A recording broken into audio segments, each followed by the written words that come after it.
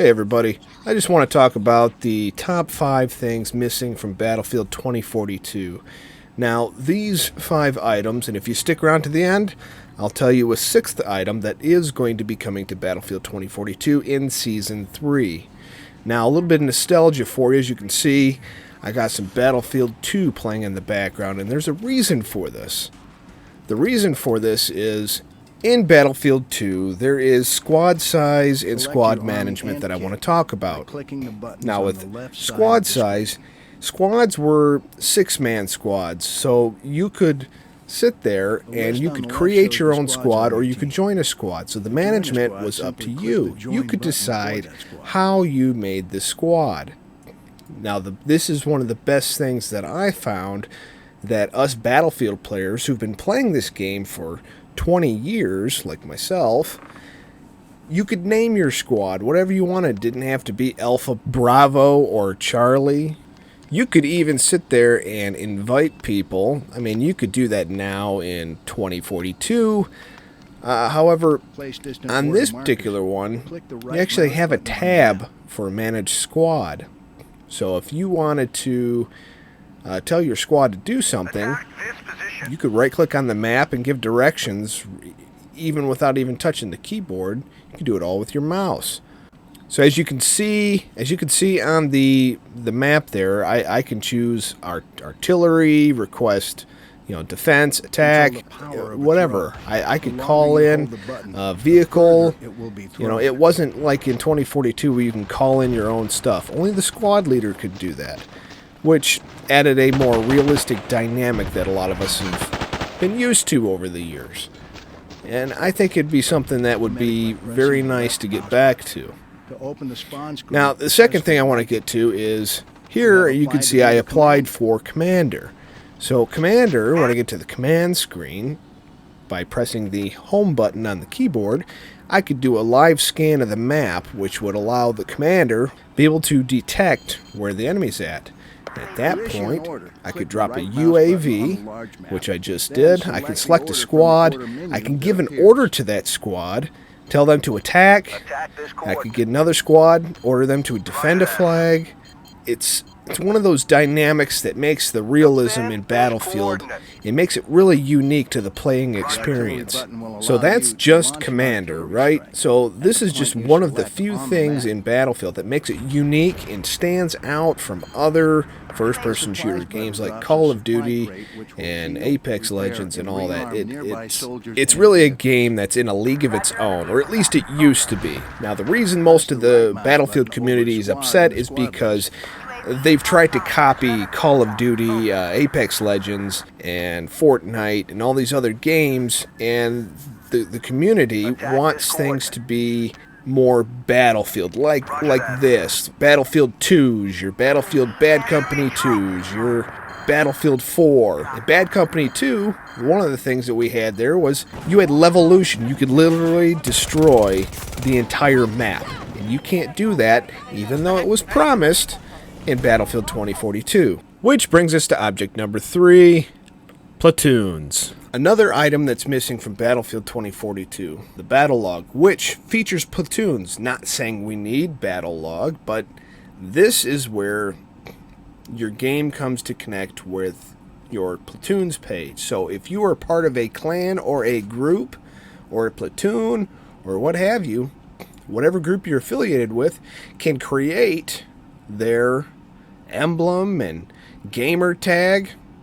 Right here we have the Fart Clan. Now, between 50 to 76 members, it's easy to keep track of everybody, right? So once you're in the platoon, whenever you play your games, it'll show who you belong to, who you roll with, all of that. You can use your emblem and tag in-game. Battlefield 2042 needs this. This was one of the best things that they brought to Battlefield 4. And then on here, you can see what servers your friends are playing on, right? This was an integral part of the Battlefield community. This is one of the things that needs to be in Battlefield 2042. Server browsers, right here.